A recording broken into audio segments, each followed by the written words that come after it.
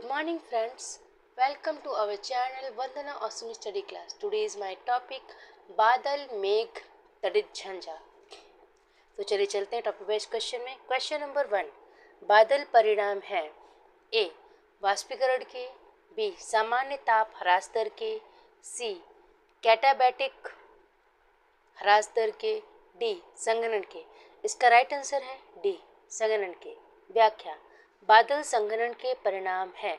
जल की गैसीय अवस्था से तरल या ठोस अवस्था में परिवर्तित होने की क्रिया को संघनन कहते हैं। पृथ्वी की सतह से अधिक ऊंचाई पर वायुमंडल में जलवाष्प के संघनन के परिणाम स्वरूप निर्मित जलकणों या हिमकणों का समूह बादल कहलाता है। आर्द्र वायु के ठंडा होने से संघनन छोटा होता है। क्वेश्चन नंबर 2, निम्नलिखित में से कौन सा स्थान कम बादल वाला है? ए पछाप कपासी, बी पछाप स्तरीय, सी कुंतल कपासी, डी वर्षा स्तरीय। इसका राइट आंसर है बी पछाप स्तरीय। व्याख्या: पछाप स्तरीय कम बादल वाला स्थान है। पछाप स्तरीय बादल सफेद रंग का होता है जो कि आकाश में पतले दूधिया रंग की चादर के समान फैले रहते हैं। इनके आगमन पर सूर्य के चारों ओर मंडल बन जाते हैं। ये बादल कम सघन होते हैं। ये सर्वाधिक ऊंचाई पर होते हैं। क्वेश्चन नंबर 3, सूर्य का प्रभामंडल प्रकाश के अपवर्तन से उत्पन्न होता है। ए स्तरीय मेघों के जलवाष्प में, बी पछाप कपासी मेघों के हिमस्फटिकों में, सी पछाप मेघों के हिमस्फटिकों में, डी स्तरीय मेघों के धूल कणों में। इसका राइट आंसर है सी पछाप मेघों के हिमस्फटिकों में। व्याख्या: सूर्य का प्रभामंडल प्रकाश के अपवर्तन से पछाप मेघों के हिमस्फटिकों से उत्पन्न होता है। इनका निर्माण छोटे छोटे हिमकणों द्वारा होता है। जब सूर्य की किरणें इनसे होकर गुजरती है तब प्रकाश के अपवर्तन के कारण प्रभामंडल का निर्माण होता है।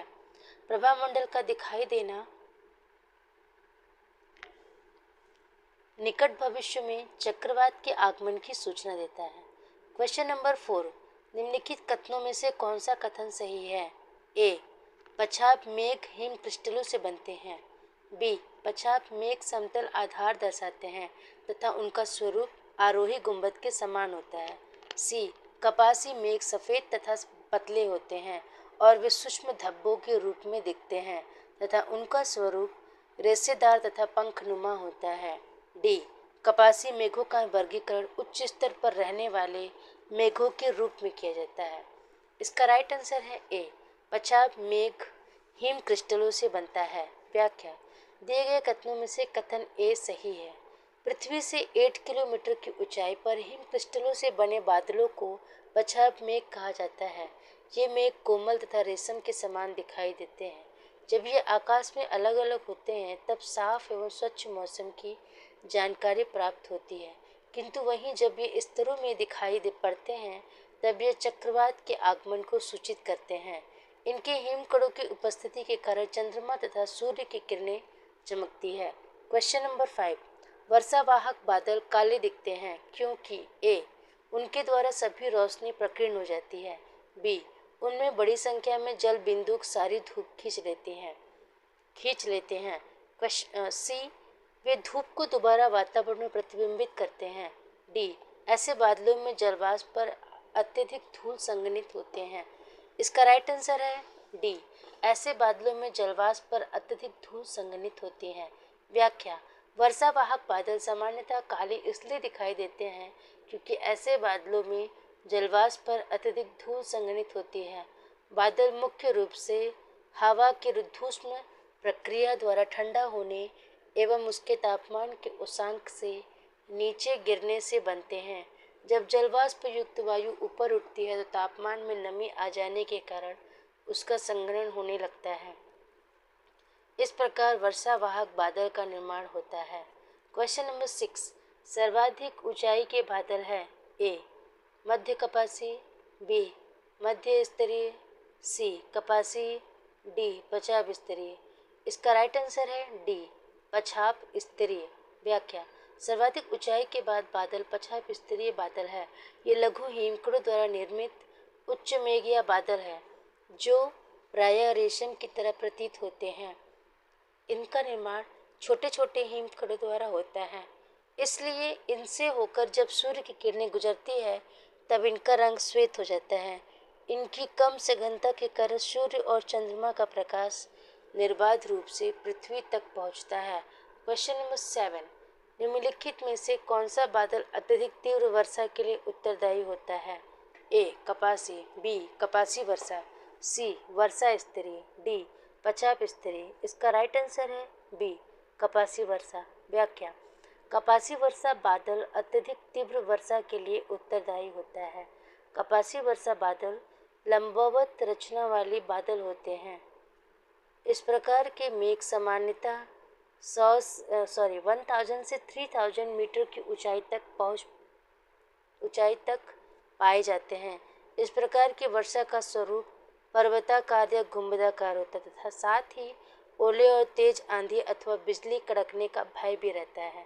क्वेश्चन नंबर 8, निम्नलिखित में से किसके संदर्भ में कुछ वैज्ञानिक पछाप मेघ विरलन तकनीक तथा समताप मंडल में सल्फेट वायु विलय अंतःक्षेपण के उपयोग का सुझाव देते हैं?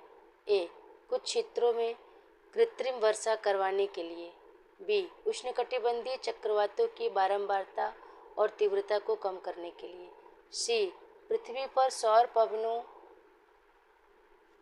के प्रतिकूल प्रभाव को कम करने के लिए, डी भूमंडलीय तापन को कम करने के लिए। इसका राइट आंसर है डी भूमंडलीय तापन को कम करने के लिए। व्याख्या: भूमंडलीय तापन को कम करने के लिए कुछ वैज्ञानिक पछाप मेघ विरलन तकनीक तथा संताप मंडल में सल्फेट वायु विलय अंतःक्षेपण के उपयोग का सुझाव देते हैं। पछाप मेघ पृथ्वी की सतह से 10 किलोमीटर की ऊंचाई पर स्थित होते हैं। पछाप मेघ उष्मा को संविलित कर लेते हैं। उनके विरलन से पृथ्वी के वातावरण को ठंडा किया जा सकता है। क्वेश्चन नंबर 9, निम्नलिखित कथनों पर विचार कीजिए। 1, उच्च मेघ मुख्यतः सौर विकिरण को परावर्तित कर भूपृष्ठ को ठंडा करते हैं। 2, भूपृष्ठ से उत्सर्जित होने वाले अवरक्त विकिरणों का निम्न मेघ में उच्च अवशोषण होता है और इससे तापन में प्रभाव होता है। उपरोक्त कथनों में से कौन सा कथन सही है? ए केवल एक, बी केवल 2, सी 1 और 2, डी न तो 1 और ना ही 2। इसका राइट आंसर है डी न तो 1 और ना ही 2। व्याख्या: दिए गए कथनों में से कौन से कथन सही नहीं है? दिए गए कथनों में से कोई भी कथन सही नहीं है। उच्च मेघ सामान्यतः 6 से 12 किलोमीटर की ऊंचाई तक पाए जाते हैं, जिसमें पछाप मेघ, पछाप स्तरी मेघ तथा पछाप कपासी मेघ को देखा जा सकता है। इसमें पछाप सबसे ऊंचाई पर होते हैं, जिनकी रचना हिम कणों से होती है। इनसे स्वच्छ मौसम तथा चक्रवात के आगमन की सूचना मिलती है। वहीं पछाप स्तरी मेघ भविष्य में चक्रवात की सूचना देते हैं तथा पछाप कपासी मेघ छोटे समूहों में व छायाहीन होते हैं। ये मेघ मुख्य रूप से सौर विकिरण को परिवर्तित कर भूपृष्ठ को ठंडा करने में विशेष भूमिका नहीं निभाते हैं। निम्न मेघ की औसत ऊंचाई 2 किलोमीटर तक पाई जाती है। इसमें स्तरीय कपासी मेघ, स्तरीय मेघ तथा वर्षा स्तरीय मेघ को देखा जा सकता है। ये वर्षा के लिए महत्वपूर्ण होते हैं। इनका निर्माण कोहरे की निचली परतों के विसरण तथा उनके उत्थान के कारण भी होता है। भूपृष्ठ से उत्सर्जित होने वाले अवरक्त विकिरणों का निम्न मेघ में उच्च अवशोषण नहीं होता है तथा इसमें तापन प्रभाव भी अधिक नहीं होता। क्वेश्चन नंबर 10, तड़ित झंझा के दौरान आकाश में तड़ित किसके या किनके द्वारा उत्पन्न होती है? 1, आकाश में कपासी वर्षा मेघों के मिलने से। 2, तड़ित से जो वर्षा मेघों को पृथक करती है। 3, हवा और जल कणों के ऊपर की ओर तीव्र चलन से। कूट दिए गए हैं। ए केवल 1, बी 2 और 3, सी 1 और 3, डी उपरोक्त में से कोई भी तड़ित उत्पादित नहीं करता।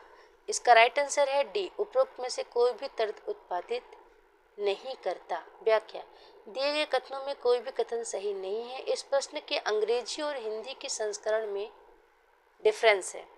अंग्रेजी मेघ गर्जन को उत्पन्न करने वाले कारकों के बारे में, जबकि हिंदी तड़ित की उत्पन्न करने वाले कारक के बारे में पूछा गया।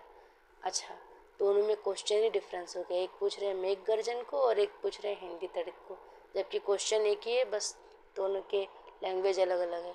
ओके, यहाँ उत्तर अंग्रेजी संस्करण, अगर अंग्रेजी में देखा जाए तो इसका आंसर होगा बिजली गिरने के साथ ही ऊष्मा उत्पन्न होती है, जबकि तापमान एकाएक बढ़ जाता है, तीव्र आवाज उत्पन्न होती है। इसे मेघ गर्जना कहते हैं।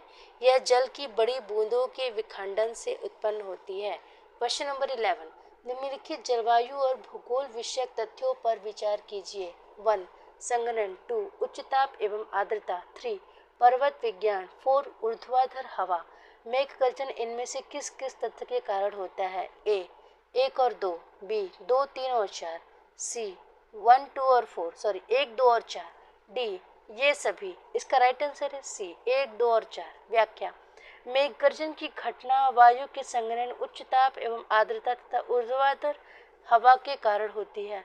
संघनन की प्रक्रिया में बादलों की चमक देखने को मिलती है। संघनन की अवस्था में हवाएं तीव्र गति से ऊपर उठती हैं। उच्च ताप एवं आर्द्रता के कारण वायु अचानक फैलती है, जिससे ध्वनि उत्पन्न होती है। ऊर्ध्वाधर पवनें मेघ गर्जन की प्रक्रिया को प्रभावी बनाती है। इस प्रकार पर्वत विज्ञान के अतिरिक्त सभी का संबंध मेघ गर्जन से होता है। आज के लिए बस इतना ही, मिलते हैं नेक्स्ट वीडियो में। तब तक के लिए बाय।